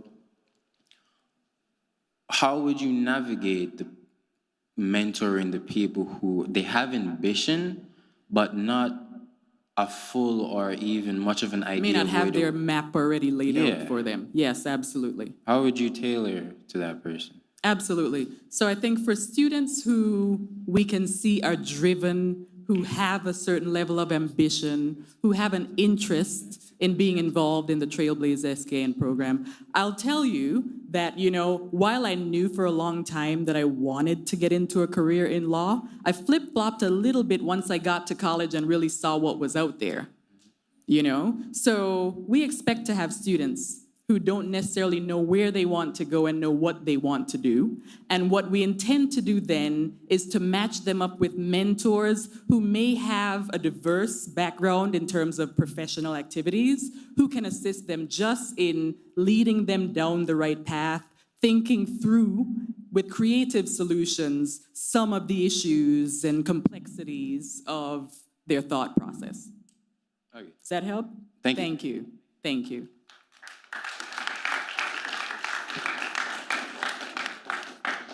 Good night. My name is Tahila Heiliger. I am 15 years old and I attend the BHS High School. Okay. I love that you have so many accolades because you have motivated me once again. I am working to become a lawyer and there are times where I feel like giving up. So I would like to know what did you do on your journey to success when you felt overwhelmed? Thank you so much for the question. There's certainly many times that there's a lot that I have to do, and I certainly have to prioritize. I'll say in terms of our young people who might feel overwhelmed, just give yourself a moment. give yourself a moment, seek out some advice, find some assistance from trusted adults, talk to a guidance counselor, get some additional help with where you may want to go with your career path. And really, you know, it starts with you. There's a lot that we can do to assist, but if we don't know that you're having a problem, then we can't assist. So I would say it starts with you. Thank you so much for your question. Thanks. Okay, wait, we have 2 more. Good night, everyone. My name is Nyla Taylor. I am from Nevis. I attended Gingerland Secondary School. And I do not so much have a question, but I am here to speak my opinion on what the gentleman here stated earlier. Okay. So he spoke on men being marginalized, but in my opinion, it really cannot be blamed on society growing or per se changing and advancing in terms of men and women. I feel like men themselves, like being accustomed to the traditional view of being seen to fulfill certain tasks in society, but now it's diminishing, you can say, the traditional view. I would say that it can't, sorry. Go ahead, you're okay. But them seeing what is happening with society and how it's growing and changing, I feel like that might be a little frightening for some. So they want to hold on to the traditional view, but now we are adapting, we are going, we are becoming a better society where there is more, it's more equalized. And also he spoke on boys not being interested in teaching.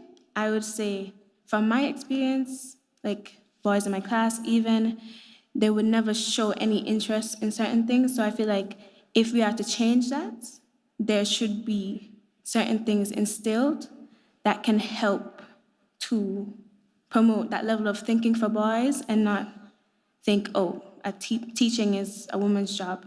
And also dating back, teaching was one of the main professions that women had. So I feel like looking back and comparing it to now, it can really. But Thank you. That's the end of my. Thank you so much for your thoughtful comment. Thank you. One last question or comment before we close.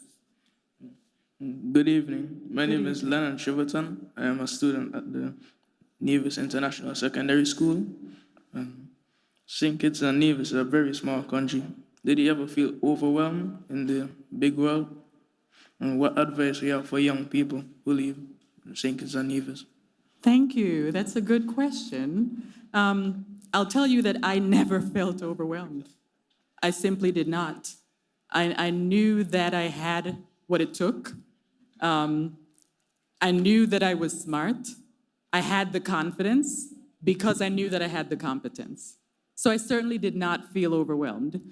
In terms of students or young adults coming from St. Kitts and perhaps either staying here, moving into professional roles, or moving out of the country, what I will say to you students is be proud of yourselves, be committed to your paths. In terms of St. Kitts and Nevis, we are the smallest sovereign nation in the Western world. But look at all the greatness around you.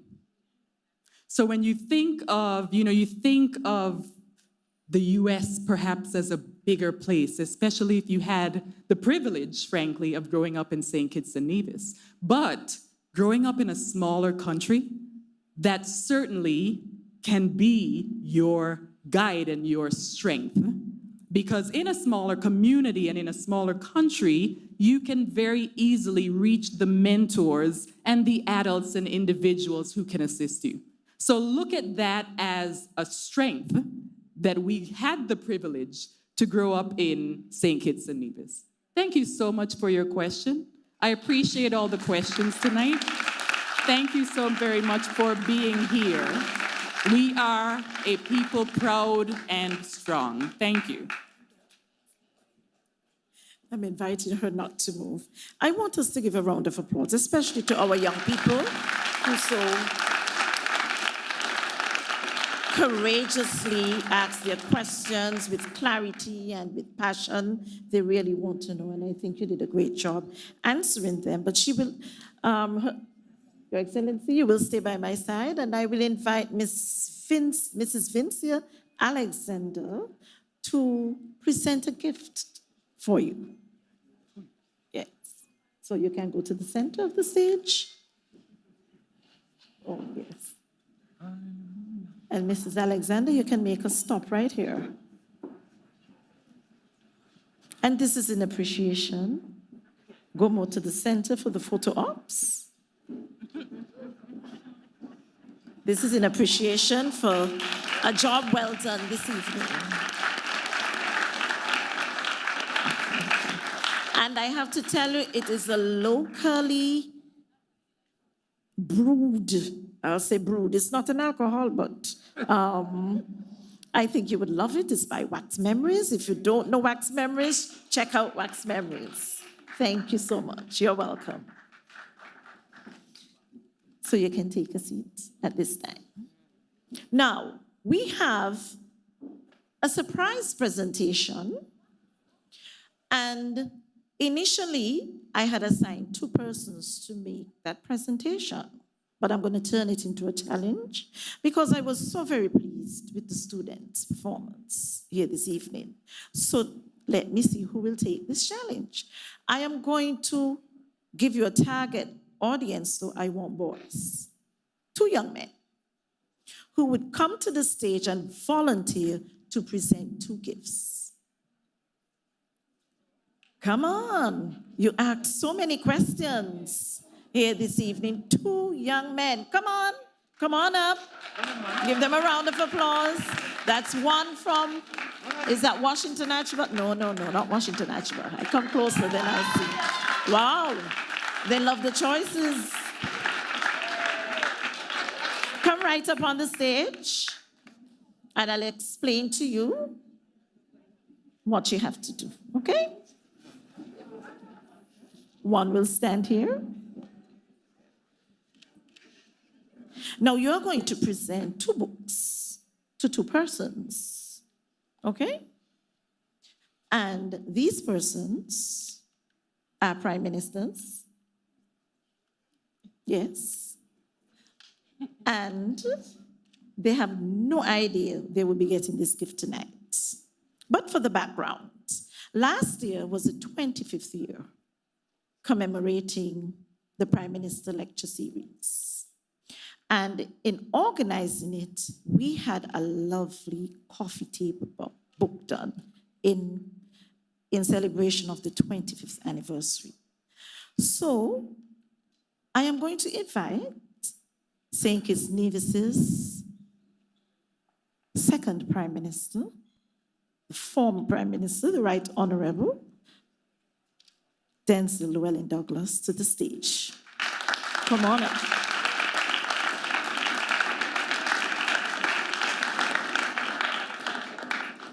And you will stand to the far right, sir. And I will also invite our current Prime Minister, the Honorable Dr. Terence True, to the stage.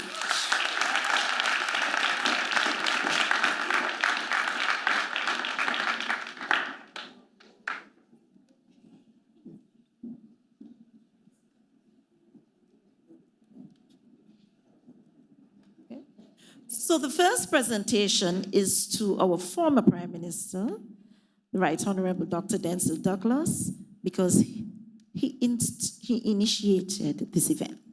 And in recognition of that, he will get the first book. We will show it off a bit.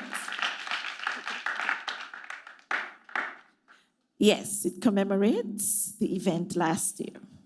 So go ahead, give you a little handshake and pose. Yes.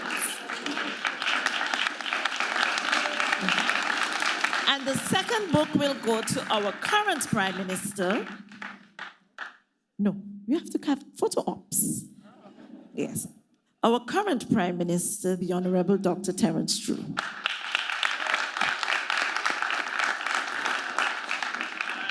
This would be a lovely addition to your offices on your little coffee tables.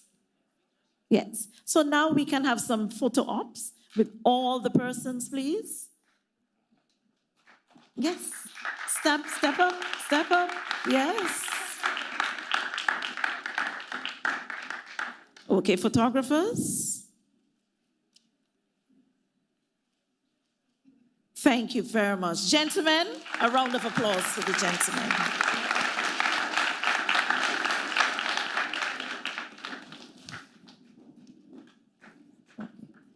Okay, you're welcome.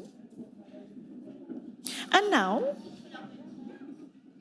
just to close this off, of course, we have to give thanks. And before I end, for any students who had any more questions, we are going to go in the lobby for some light refreshments and interactions, and Her Excellency will still be available to have chats with you, okay? So to bring this to a close, I want to thank everyone for taking the time to be present tonight, this evening. And tonight, we always give thanks, but I want us in giving thanks tonight to honor the commitment of the persons who worked on this committee. First round of applause to the Independence 41 Organizing Committee.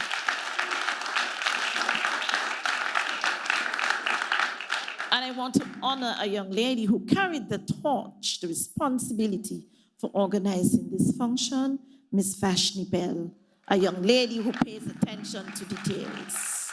Well done, Miss Bell. She's somewhere, maybe she's outside organizing. So thank you. She pays attention to details and worked very well with her team. So we thank young Miss Penny Feather. I don't know if she has left. Grade 4 student who sang the national anthem. And Reverend Renesia Huggins for the prayer. The winner of our Independence Theme competition, Mrs. Vincia Alexander, for assisting us on stage by presenting the speaker and presenting the gift. Thank you so much. Of course, many thanks to Her Excellency, Ms. Hadiya Claxton, for her presentation. I thought it was thought-provoking.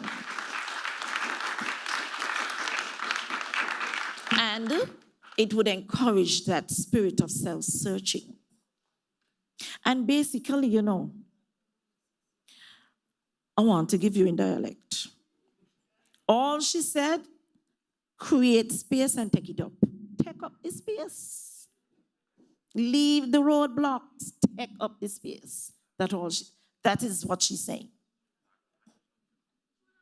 And to the Honorable Garth Wilkin, for your response. Well done. Well analyzed. And of course, to the students, of course, the other citizens, thank you for asking your questions, but I'm very proud of the students here this evening. Behind the scenes, of course, the Eastern Caribbean Central Bank for allowing us the use of the auditorium and also for working with us for all of the logistics, for all of the production, our production teams, our photographers. And you know, we have we know we live in the generation of taking pics. We have a nice photography booth outside, backdrop, so you can go outside and pose and have your pics. So thank everyone for that participation and for working together. And to remember that the time and commitment and what I call the stick-to-itness for excellence, let us honor that. Let us think country above selves so that we can be better together. Thank you so much. Have a wonderful evening.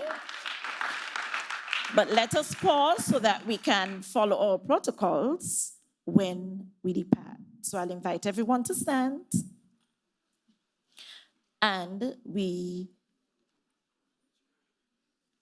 would await the departure of our Governor General, followed by the Prime Minister and Mrs. Drew. And this whole other side, yes. Yes, follow.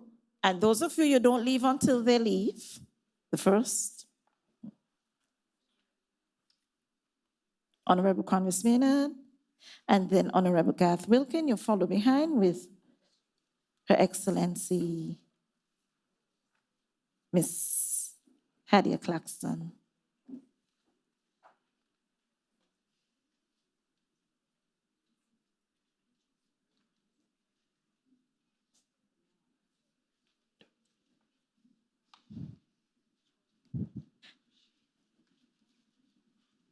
Thank you so very much.